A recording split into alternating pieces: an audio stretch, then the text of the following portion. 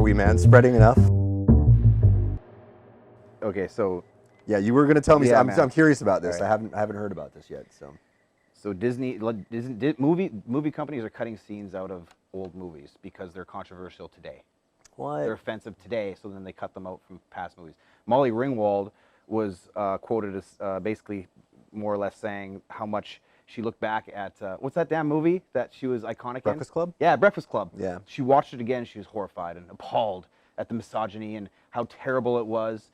And so, Oh, come dude, on. and so Disney. Oh my God. So Disney cut a scene out of Toy Story 2. In the credits, What they could have possibly they have be fake wrong in bloopers, Toy Story? Fake bloopers. So they had like a fake black casting couch, and they had that the Slinky dog was with two Barbies, and he's like, okay, he's Did like, you say black casting couch? yeah, it wasn't made from their skin, or is it? It was the color of the couch. It wasn't a casting couch for African American folks. Right. And so the fake Barbies there, and they had the dog, the Slinky dog, and he was like, hey, you girls want to get into Toy Story 3? It was like fucking hilarious. This is great. I even remember that. Because it was during the credits. It was like their fake bloopers. Okay, I must have walked out before that. I don't even Yeah. know if I've seen the whole thing, to be honest. It's one of those movies you either watch in the theater with family, or it's one of those ones where you just like put it on like during a Netflix and chill to try to bang, and then you usually don't get to the end unless you're not good at. See, this is kind of absurd on multiple levels. So, like, let's say, you're of the mind that we need to start purging culture of things that are offensive, right? Well, this is a historical record that we're talking about. I mean, I don't understand what value that gives us, because even if someone thinks that we need to start purging culture to be more positive for people, I mean, I don't know. You could argue that from a lot of angles, right? I'm very much a free speech kind of guy, right? It's insane. It already happened. Well, that's the thing. Yeah, that's my point. Is like, okay, if you're of the mind that we need to change culture to influence people in a particular direction, does that mean we have? I mean, so are we going to change history? Okay, so when Martin Luther King was killed, Yeah. who was the president at the time? Was it JFK, or was it? I think it was Johnson, because I think it was 64. Because I remember there's a U2 song about it, In the Name of Love. In December 1964. I think that would have been Lyndon B. Johnson. Okay, so Because he was killed in 63. So when I the believe, presidents are talking about the whole, like, the whole thing going on, they use the word Negroes. Okay.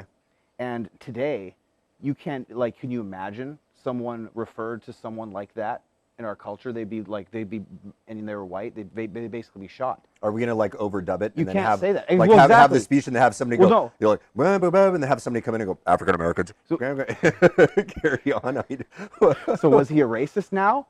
Because he uses that word that's unacceptable now? Do you go back and say he was a That's what they're doing. This is that they're hilarious. going to do that. Was it Chris Tucker, or what was the dude that he stepped down from the Grammys? Ah, really? Why? Not Chris Tucker. Kevin Hart. Kevin Hart. Stepped down from the Grammys for a tweet 10 years ago that sounded racist. What? And he's a comedian. But he had to step down because there's too much controversy. He didn't want to make the awards about him, so he stepped down. Y'all need to settle down. That's just period.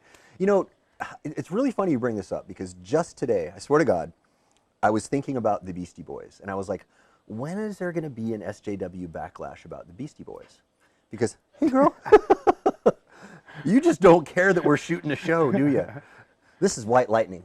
I did not like dogs. I could not even barely touch dogs. But now these guys, they do yoga with me every morning, right here, in fact, right on this spot. They teach you how to do the downward dog. That's right, they do, man.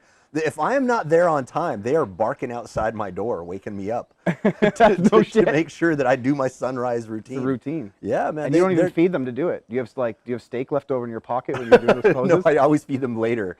So, but I realize it's not that. It's not for the food. They just like the company. They like the routine for some reason. Yeah, and it's peaceful in the morning.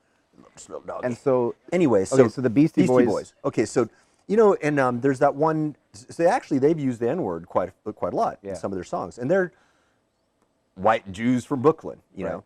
So, like, for example, I can't remember which song it was. Like, they're completely protected. Yes, yeah. Well, but they're lower on the social justice scale. If you've seen the social justice scale, if you are a black woman, if you're a trans black woman, right, With I 9 think kids. yeah, I think that puts you like right at the top. That's Yeah. the, and it's yeah. Anyway, you know, some of these guys have figured this out. You know, they must have measured everyone's suffering based on their social profile. Yeah, and then anyway, No cherry picking going on at all. yeah, none at all, none whatsoever. Jews are much lower on that actually, and they're I mean they're a little higher than you know regular white folks, right? But anyway, I remember there's that one line, for example, like John Holmes, the X-rated N-word, right? And they actually say that, you know, and they say it with an not an Who's John Holmes? John Holmes was a famous porn star in the 70s. Oh, you know, okay. but before you before you were born. And he was black? No, he was a white dude. Oh. But they called him John Holmes, the X-rated N-word, right? Like, and I mean, but they're just using it the way a lot of, you know, black folks do when they say, like, you know, N-word with an not an on the end of it, right? Anyway, there's a lot of that in their songs. And I was also thinking, okay, so when is there going to be an SJW Backlash about Now, that? because it's public. And Thanks to Mark Joyner. yeah, that's right. Sorry, Beastie Boys. I love you guys, actually. I mean, Bestiality Boys. they were, oh my God. They actually were some of the, I mean, greatest innovators in hip hop, if you're into hip hop history. I mean, they were some of the first guys to start bringing like jazz sampling and stuff like that. They contributed a lot, and a lot of, you know, folks deep into hip hop have huge respect for the Beastie Boys. But anyway, I was wondering when there was going to be a backlash about that, and also Tarantino. Tarantino in Pulp Fiction, he was like, "Is there a sign on my house that says dead N-word storage?" You know, there's a sign, and he actually, you know, yeah, and I think in Jackie Brown he says it too. I think they're in a couple of movies he says it. Yeah, Pulp Fiction, I think too. Pulp Fiction for sure, he says it. Yeah, that was where the dead N-word storage is. Yeah. So, but there's no backlash about that. What are they going to force Tarantino to like re-edit the movies so they don't have that in there? I bet you he does get harassed. We probably just don't hear about it. There's an interview Tarantino did, I don't know with who, but it was definitely a radio station. Yeah. And I listened to it, and she was just going hard on him for a whole bunch of stuff in his movies. And he was like, they're movies. Yeah, I saw that. Look, I don't like gratuitous violence, although I love the artistry of Tarantino, and I actually respect a lot of his films. But I really respected the way he responded to her, you know, because he wasn't kowtowing to the mob. And I think that the more people kowtow to the mob, the more of a problem we're going to have with this. And that's the thing. Like Disney, see, this I was talking about this with Mac at lunch. It's like, where do you draw the line? Because they cut that scene out of Toy Story 2. It's not a big deal.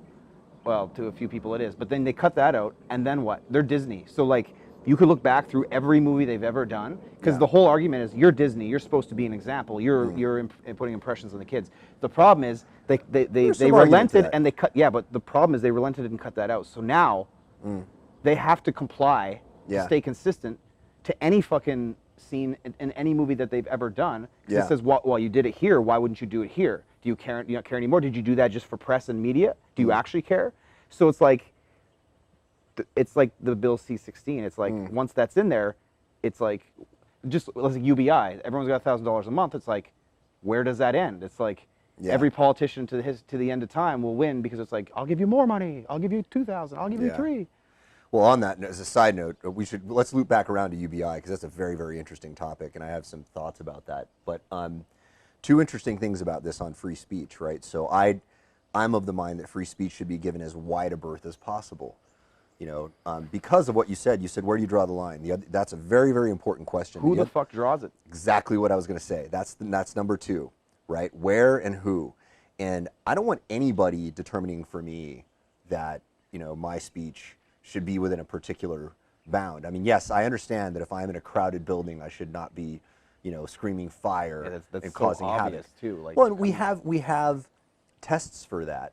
You know, for example, you know, in the United States, we have something called the clear and present danger test. It is a proscripted limit of free speech. And if your speech is causing a clear and present danger to the national security of the country, right, the government has the authority to come in and curtail it. However, I mean, you have to get judges involved, and people have to be looking at that and saying, you know, is it really a clear and present danger? I mean, it's still a difficult thing to leverage, and I think it needs to be that way. So, okay, so then you're right about the line, because so many people today, so many, think that dangerous speech that leads to stuff, Yeah. right? Trump needs to be stopped because his speech and the dangerous speech can lead to fascism. It can lead to like Nazism.